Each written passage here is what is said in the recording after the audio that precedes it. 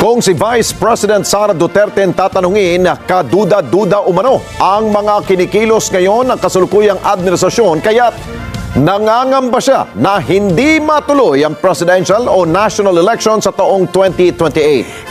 Yun yung pinalulutang ni Vice President Sara Duterte. Pero yan ay sa gitna na rin ng paglutang ng mga pangalan ng posibleng kumandidato sa 2028 elections. Ang Vice Presidente hindi naman sigurado kung mangyayari nga nasabing halalan pagsapit ng 2028. Prof, ano pong masasabi ninyo dito sa pag-usbong ng sinasabi nilang third force sa paparating na 2028 presidential elections? Meron po kasing isang banyaga, no, na sinasabing political strategist din na nagsasabi na kung patuloy doon na mag-aaway-away ang Marcos at Duterte, posible raw na may third force na lilitaw at mananalo sa 2028. Yung posibleng lilitaw, nag-a-agree ako doon. Yung posibleng mananalo, hindi ako nag-a-agree doon. Kasi kailangan mong tingnan kung three groups yan, three yung sinabi nga, third force, no? So isang para sa administrasyon, isa na para kay Vice Presidente, at isa siguro yung iba't ibang kulay, no? Ang una dyan, napakahalaga na tingnan yung endorsement ng kasalukuyang nakaupo. Pwedeng magkaroon ng endorsement, pwedeng magkaroon ng kunwari third force, pero doon naman talaga sa nakaupo. So clearly, ang labanan dyan basagin yung puwersa ng mga Duterte. Kung titingnan mo ang numero, at sana yung dayuhan na yan ay tiningnan ang numero, ang enduring Duterte base ay nasa 30%. Kung titingnan mo si Vice Presidente Duterte, nagsimula yan na very high ng 60, bumaba hanggang sa kasalukuyan nasa pagitan ng 30 to 35%. Okay? So ibig sabihin yan, yung 35% yung high, ang low niya is 30. Yung high na 35%, magkakaroon ng 65 na paghahatian ng dalawa. No? Ako ang nakikita ko, magkakaroon lamang ng third force under the blessing ng administrasyon, ng Marcos Group, para basagin yung ang tawag ko doon, enduring base of the Dutertes. Yun ay manggagaling sa Visayas at Mindanao, Central Visayas at yung buong Mindanao, at siguro ilang patches sa Region 3 at Region 4A. So paano ka makakakuha ng third force na hindi endorsed o pinatakbo ng administrasyon? Kasi ang administrasyon nasa Northern Luzon. So kung titingnan mo yung mathematics, magkakaroon lamang ng third force kung talagang sinadya nitong administrasyon na ito na magkaroon ng puwersang pangatlo para basagin si BP. Opo, pero di ba ma'am, sa PR strategy, merong tinatawag na PR balloon. Parang PR balloon to ma'am eh. Tingin po ninyo ma'am. Trial balloon? Trial balloon, I mean. Oo. Pero nakakatawa kasi isa pang dayuhan ang nagsabi ng ganon. So, ibig mo bang sabihin yung dayuhan na yon mas alam niya ang politika ng Pilipinas? Kaya ako nagulat na biglang umapir yun at nagsalita out of the blue. So, ano yung kinokondisyon nila na magkakaroon ng pangatlong puwersa? At yun ay magiging totoo lamang pag yung incumbent, dahil mahina siya, sabihin, o sige, kayo mag-pretend kayo as a separate force, pero ako ang popondo sa inyo. So, napakahirap yan kasi ang desisyon ng presidente one-on-one. Nakita naman natin nung huling eleksyon, no? Siguro kahit nung simula 2010, 2016, 2022, hindi na lang tayo nalilimit sa one-on-one eh. At most, may average na 5 na tumatakbo. Pero pag tinitingnan mo, makikita mo na may role ito, pinatakbo lang ito para sa ganon. So kung sino yung malakas, ano ang paraan mo para i-weaken yung malakas? Kung hindi kaya ng incumbent, yung equity of the incumbent kasi napakahirap nun, sinong i-endorse niya? Kung ang kanyang trust rating ganyan na nasa negative na, no? So kukuha siya ng another in the guise na ito yung third force. Sa Pilipinas, walang third force ang lumulusot. Ang nangyayari niyan, very dominant, sino yung majority at sino yung opposition. Ang problema natin ngayon, maraming nagpapanggap ng opposition, pero walang nagke-claim na sila ang opposition. So, yun ang kailangan pag-aralan ng mga pumapalaot sa politika.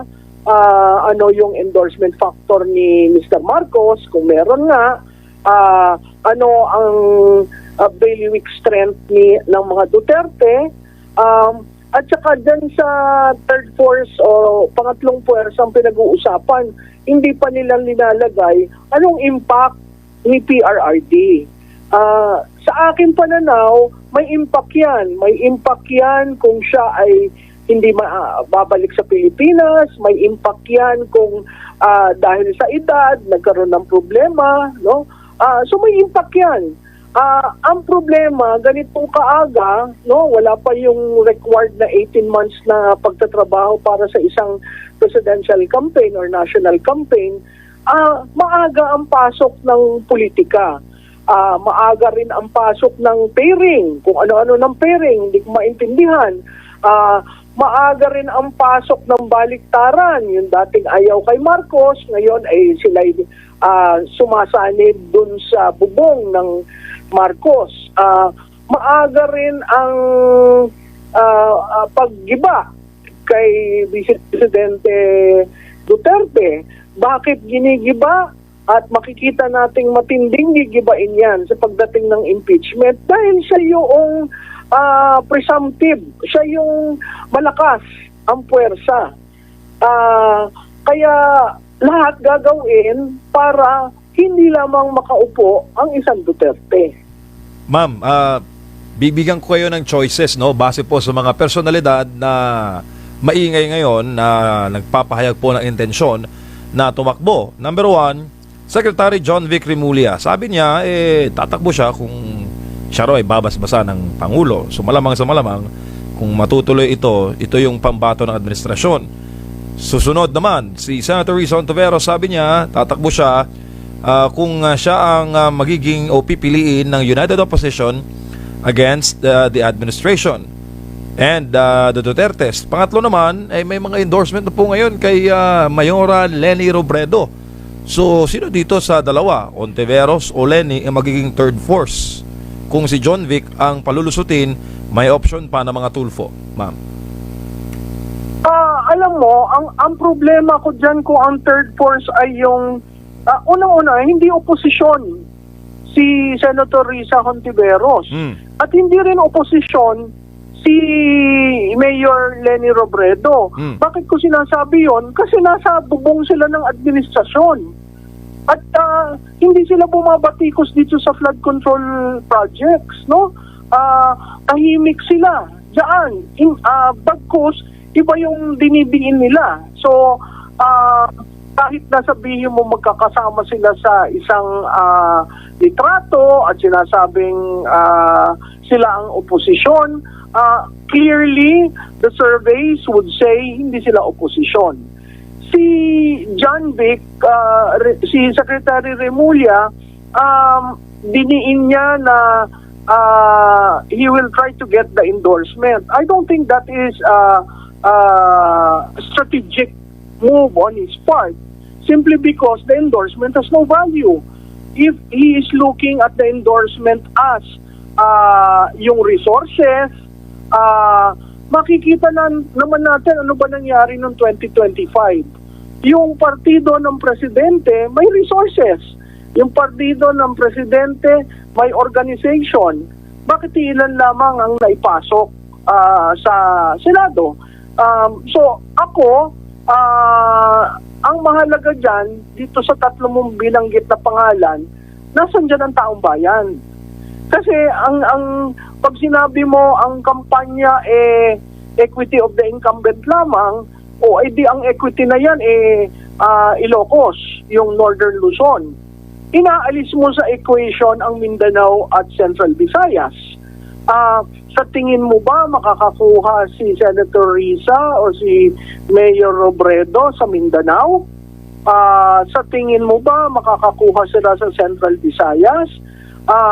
Siguro on play ang NCR, ang Region 3 to a certain degree, ang 4A na naandyan ang Cavite, makikita naman natin na basag ang galawan, kaya hinahawakan ni Secretary John Vic Remulla ang Cavite. Nakita natin si Secretary Remulla sa pagtulong kay Senator Revilla. Nakita natin ang pagtulong niya kay Congressman Barsaga. So those are efforts where he is trying to hold on to his base. And yet, in terms of presidential politics, hindi bumoboto ang Cavite sa isang presidential candidate dahil Caviteño. So merong mga historical trends at merong mga demographics na kailangan pag-aralan. Ang sigurong nabubukod tangi yung pagkuha ng akbayan na maraming seats sa party list. Yun ang bago, no? At makikita natin na ipanalo niya ang mga kandidato niya sa party list at lumaki ang representation. Yun siguro ang adbantahe ng isang Senator Risa Hontiveros. Sinabi kasi ma'am ng political analyst na Banyaga na yung third force daw ay maaring isang alkalde na maglalahad ng option sa pamamahala. Sino mga alkalde ngayon? Si Mayoral Leni Robredo that would that would champion transparency and champion anti-corruption. Mahalaga daw yun, sabi nung Banyaga, ma'am. Tama naman yun, mahalaga yun, no? Pero makikita mo, kahit yung analysis niya, trial balloon. Na, ang sense ko, kumuha sila ng foreigner, neutral, para sabihin yon at magka-interest yung sinabing mayor, no? Para ka umangat after one term, hindi ko nakikitang gagawin yan ni Mayor Robredo simply because paano mo itatapat yan sa kwento ng Davao City? Diba? Hindi naman pwede sabihin, ito yung nagawa ko sa Naga City na 3 taon lamang at recently nagkomentaryo nga siya na naiingit siya sa mga pondong hindi umaabot sa kanila. So, ang daming signaling na nangyayari between the local, meaning sa level ni Mayor Robredo at saka ng national government. So, makikita natin lahat itong ginagawa na sinisimulaan ng maaga ang 2028 sa kagustuhang makahanap ng magiging kandidato ng administrasyon. Kaya nga nabubuo yung third force kasi alam nila na mahina yung puwersa ng Pangulo, kailangan ng pangatlong puwersa para mabuag si Vice President. Yun lang naman ang ginagawa nila lahat is really to study how do we put down the Vice President, how do we put down a Duterte, how do we defeat a Duterte. Yun lang, basic. So, pasok at lahat ng combination pinag-uusapan. Opo.